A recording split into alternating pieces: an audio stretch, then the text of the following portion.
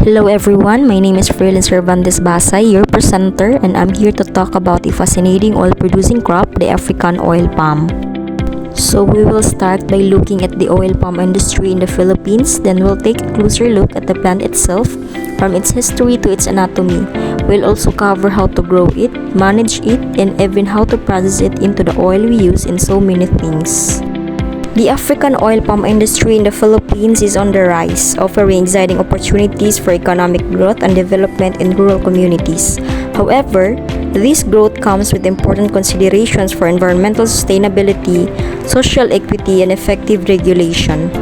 Economic potential: oil palm is a very productive crop capable of generating significant income and creating jobs. So, this makes it a promising solution for boosting the economy and improving livelihoods, particularly in rural areas. While oil palm offers economic benefits, we must be mindful of its environmental impact. Large-scale plantations can contribute to deforestation, habitat loss for wildlife, and pollution. It's crucial to balance economic gains with environmental protection. Social impacts: the expansion of oil palm plantations can also have social consequences.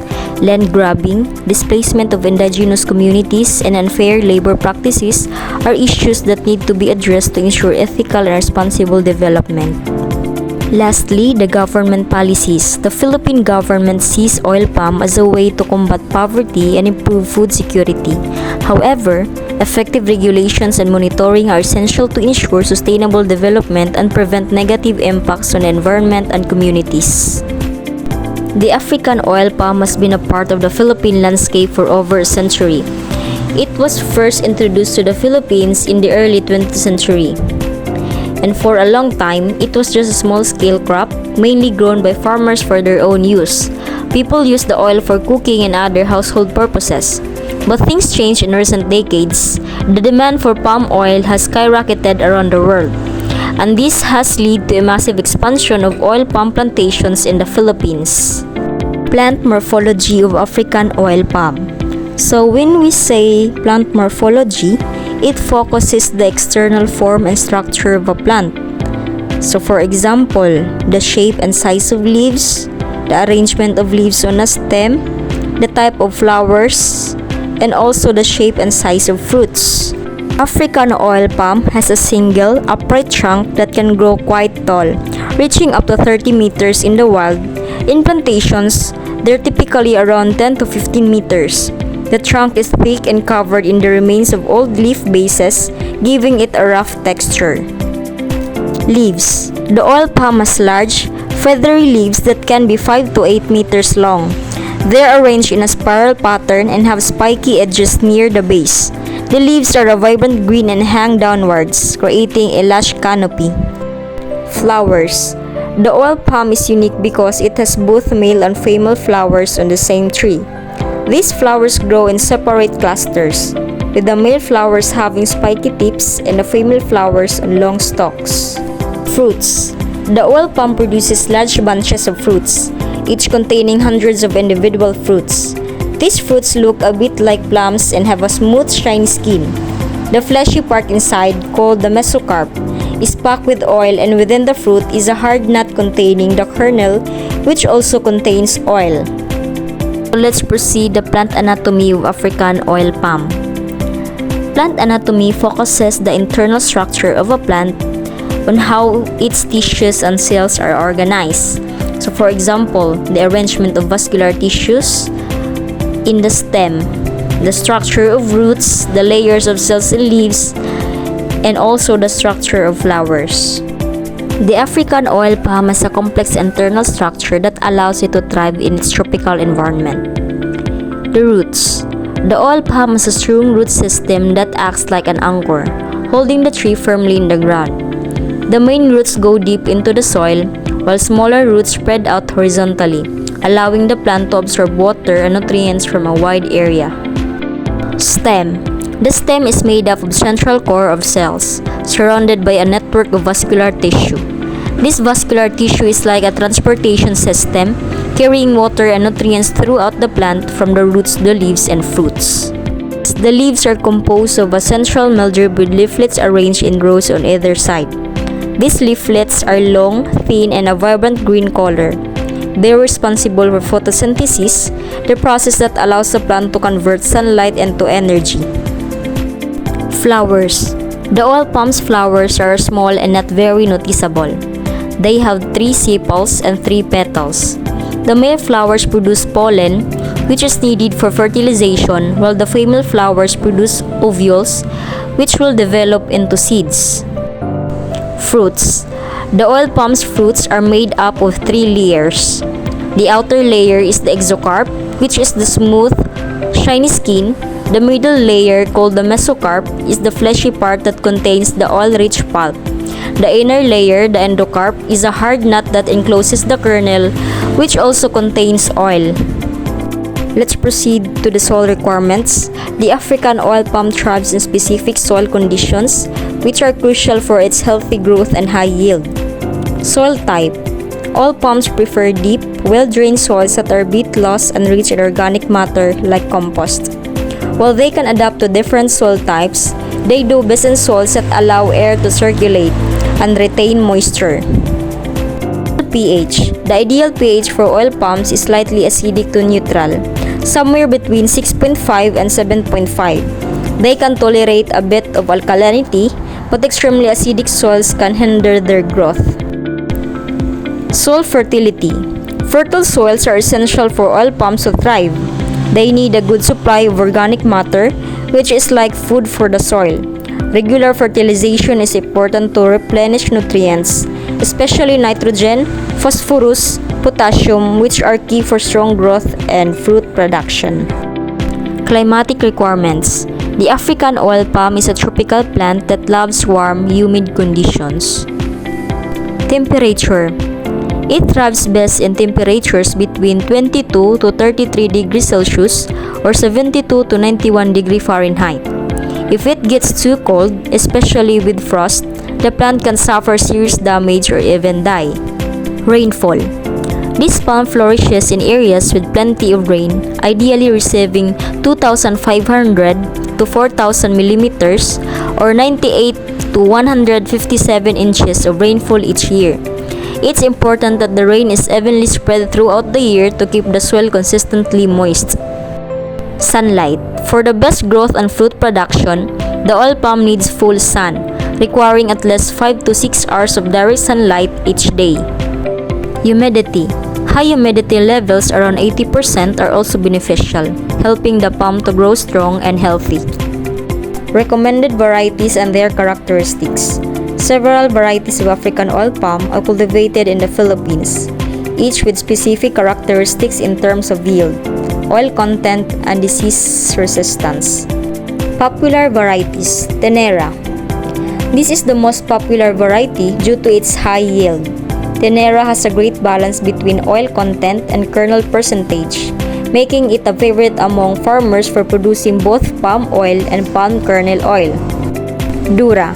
Dura is known for its high kernel percentage, which means it produces a lot of palm kernel oil. This variety is particularly valued for its oil extraction efficiency. Pisifera. Pisifera stands out for its high oil content, but it has a lower kernel percentage. This variety is often used in breeding programs to improve other varieties as it contributes more to oil yield. Basic plant propagation and nursery. Seed source. To begin, it's important to high-quality seeds from trusted suppliers such as government agencies, research institutions, or certified seed vendors. These sources provide seeds from superior varieties that are known for traits like high oil yield, disease resistance, and ability to adapt to local conditions. Seed treatment. Oil palm seeds have a tough outer shell, which can make germination slow and uneven. To help improve the germination rate, a pre-germination treatment is often used. This involves soaking the seeds in water for a few days to soften the shell. After soaking, the seeds may be scarified, which means slightly scratching or nicking the seed coat. This process helps the seeds absorb water more easily and encourage roots to emerge. Nursery establishment and management. Nursery setup. Pre-germinated seeds are planted in nursery bags filled with a suitable growing medium. The nursery area should be well prepared with good drainage and protection from direct sunlight. It's important to keep the site free from weeds and pests to promote healthy growth. Growing medium. A nutrient-rich and well-draining growing medium is vital for seedlings. A common mixture includes topsoil, compost, and organic materials like decomposed sawdust or rice hulls. This blend ensures that the seedlings get essential nutrients, good aeration, and adequate water retention. Watering. Consistent watering is crucial, especially for young seedlings.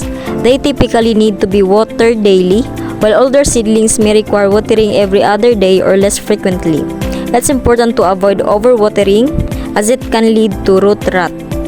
Fertilization.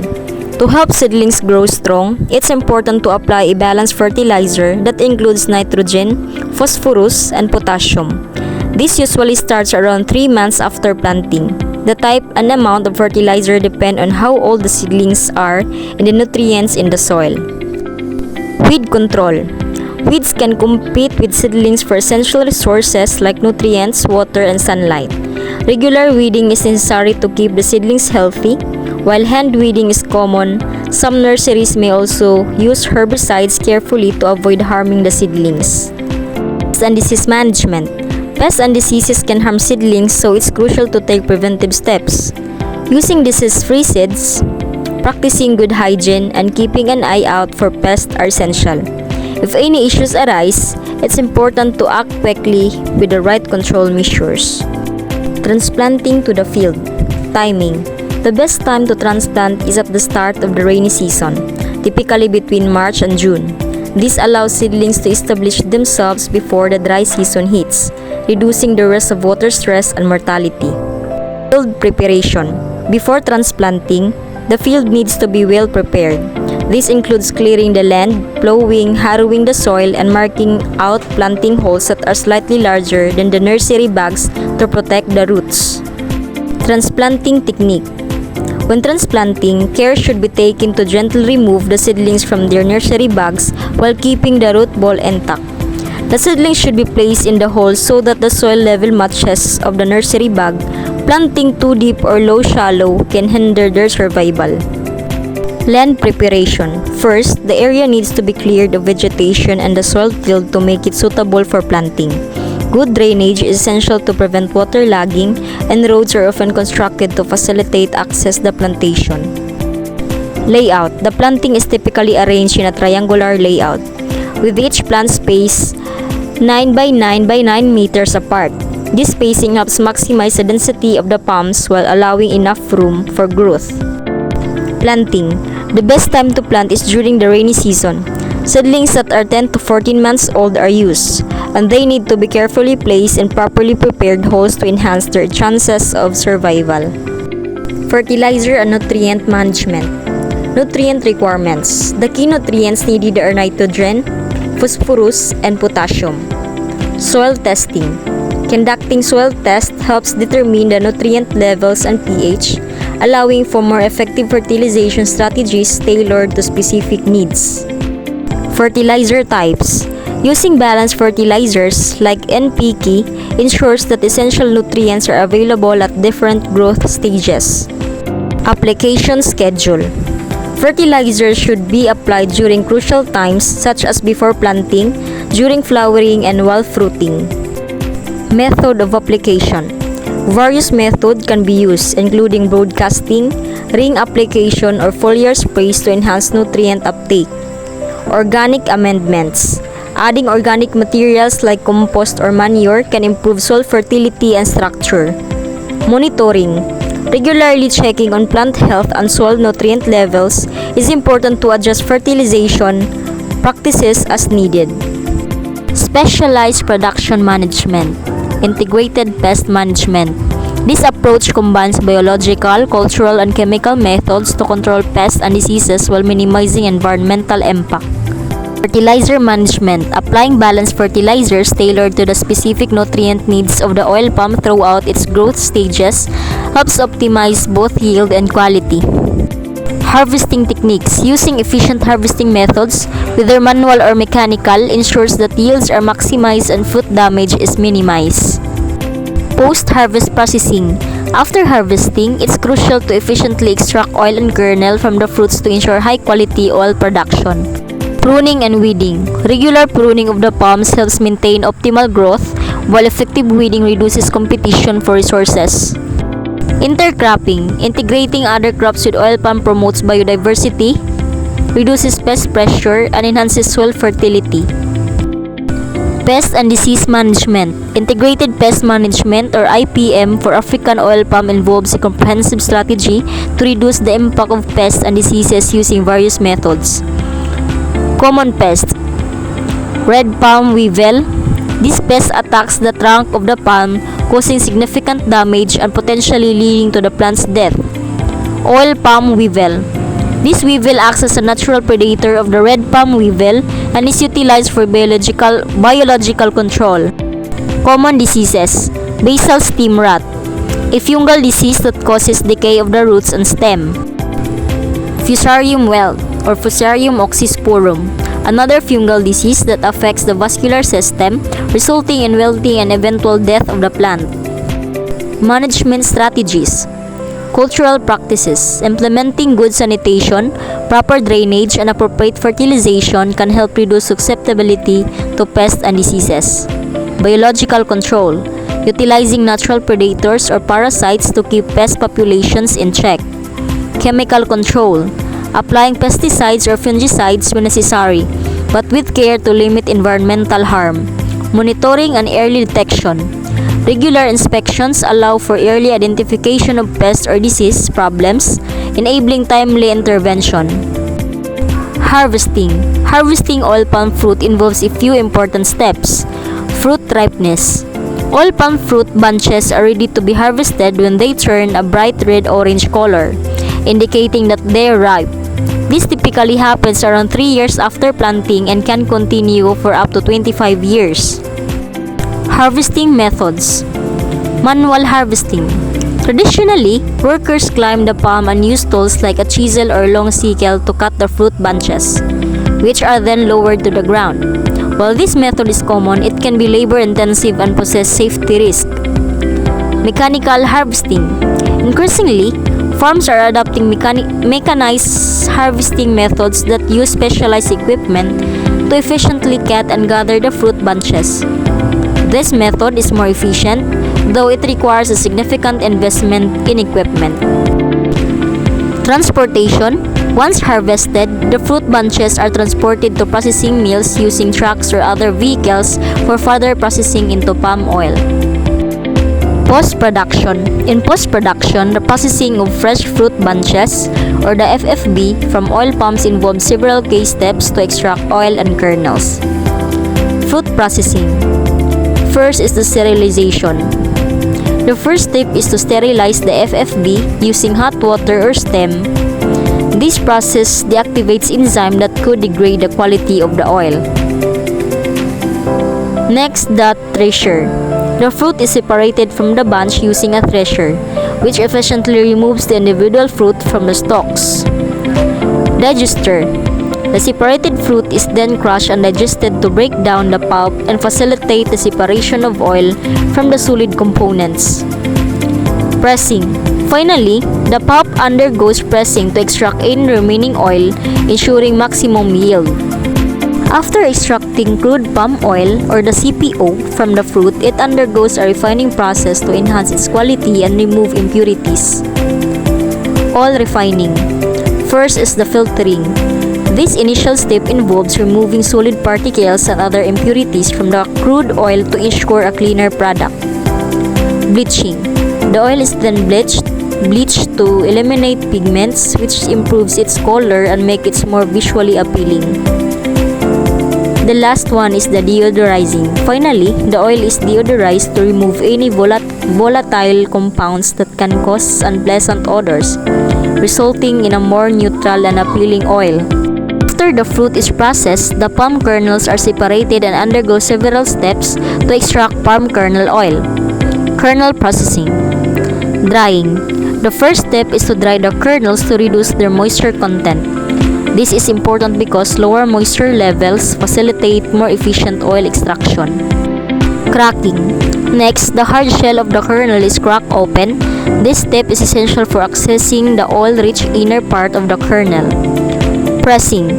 Finally, the cracked kernels are pressed to extract the oil.